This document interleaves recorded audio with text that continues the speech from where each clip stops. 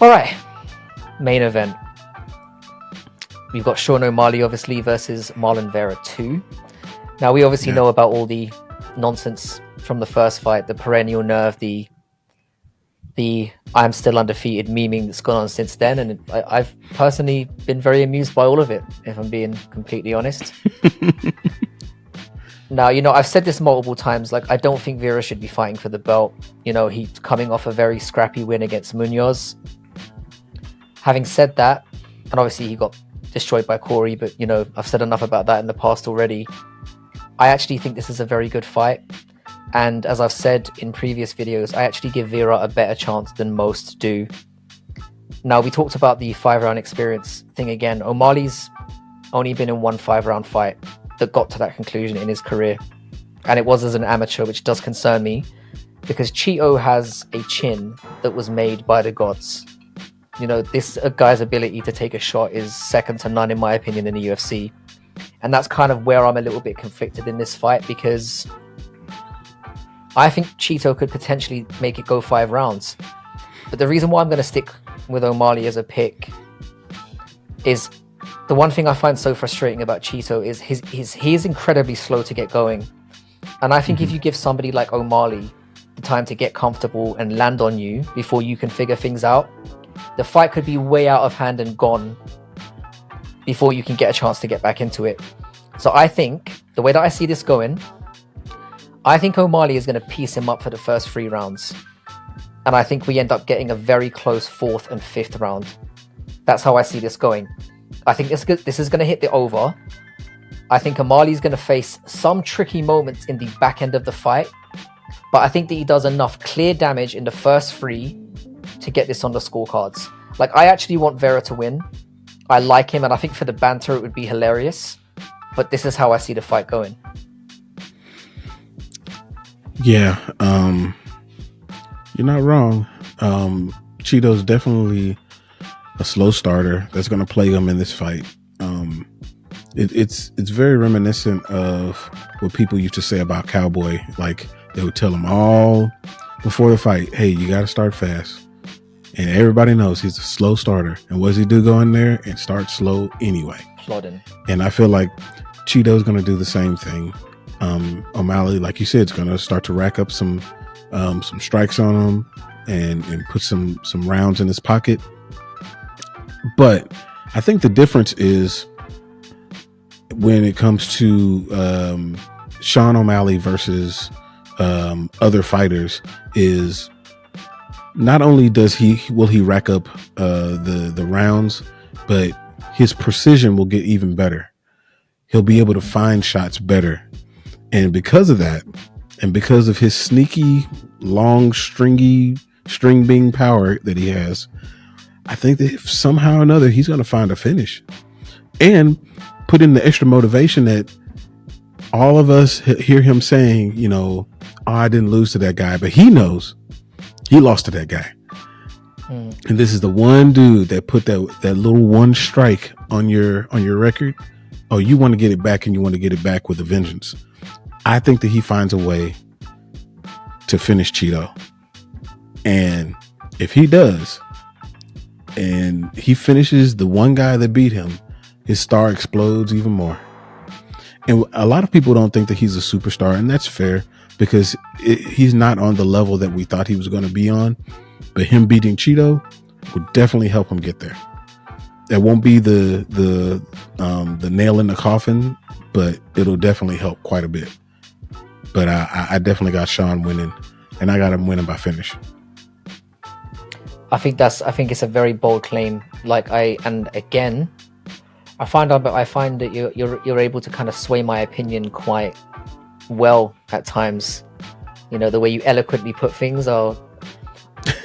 I genuinely thought that O'Malley was going to lose to to Peter Yan? He was going to lose to I thought he was going to lose the title fight. Oh, okay. I thought he was going to lose in the title fight. against Aljo. I don't know why his name slipped my mind. I thought he was going to lose the fight to Aljo. I just thought that Aljo was going to out wrestle him, bring him down. So I've doubted Sean O'Malley multiple times, even though like I rate him so highly. Like I think in terms of striking, he's one of the best in the UFC in terms of, well, like you said, the precision and stuff that you alluded to. It's just that chin on Cheeto. I do think he's going to piece him up for great parts of this fight. He could finish him because he's proven me wrong so many times. I didn't think he was going to finish Aljo. I thought it was going to be a whole 5 rounds where he probably, if he does win, he edges it out by outstriking him in certain rounds. I didn't expect him to starch him like that. Yeah. I don't know. I just think Vera's chin is next level, and I think I do O'Malley too. will win. Mm-hmm. I just think it's going to go to distance. I think it's going to be and I think it will be still be a win that adds to his star power, as you put, because Vera, if he stops Vera, if he lays Vera out, I think that's when you get that propulsion into superstardom, because people that know about Vera's chin. Yeah, like if for sure. you starch him. Yeah, it's very reminiscent of what we just saw with Topuria. If Topuria would have beaten Volkanovski and it went to the scorecards, and he beat him, even if he beat him like 4 rounds to 1, we would have been like, okay, no, great job, he won that fight. He's he's really doing good things, but he knocked him senseless. Now his stock has exploded, and I think that Sean, it'll be a similar thing if he's able to get Cheeto out of there. Even though Cheeto's obviously not on the level of Alex Volkanovski, but we already know his chin is legendary. And the thing is I feel like Cheeto knows his chin is legendary too. And I think that he puts himself in harm's way in this fight because of their history, because of the win that he has over him. That's why I think that he allows himself to be more in harm's way, and you can't do that against Sean. He's going to find the shot.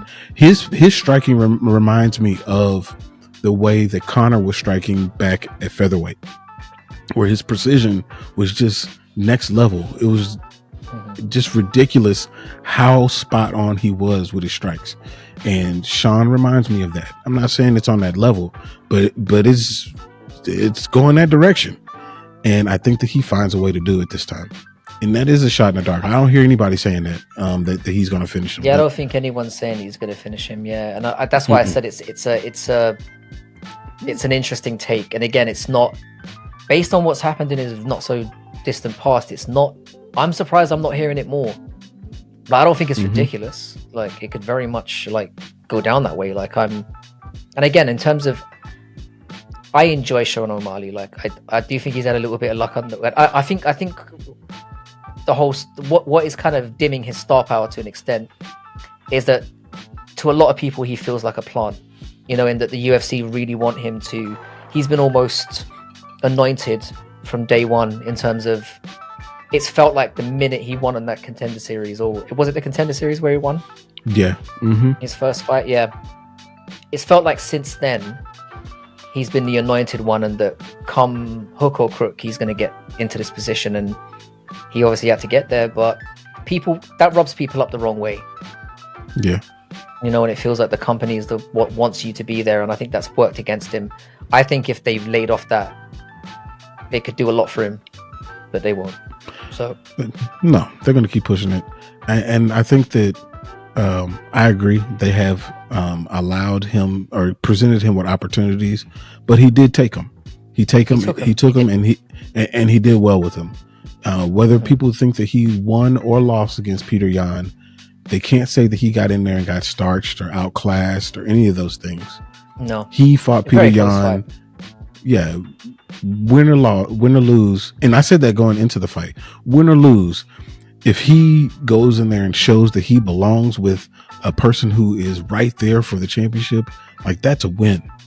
And he did that, and then beat the person that beat him, knocked him out. So like, yeah, they gave him that, but they gave Sage Northcutt opportunities. They gave Paige Van Zant opportunities, and they just couldn't capitalize, and he did. Yeah, and that's a very fair point to make. And the thing is, regardless of what people say about his personality or whatever, I enjoy the guy. I don't have anything against him. when it comes to the striking, as you put, I don't think that comparison with featherweight McGregor is unfair. He is elite. He is an elite striker and an elite precision striker, which is something we don't get that much in MMA, surprisingly. You know, if you look at the striking percentages, it's often seen as like 50% is incredible in terms of accuracy. It's this guy is, yeah, he is incredible, and you know, it's gonna be a great fight. I just think it's gonna be he's gonna have to face some adversity to get through this, because Cheeto seems to plod his way through fights at certain times, and then he catches you. I think it's part of his game plan. He's dangerous. He's dangerous. So dangerous. Dangerous. Yeah. But yeah, I'm looking forward to it, and it should be a great main event.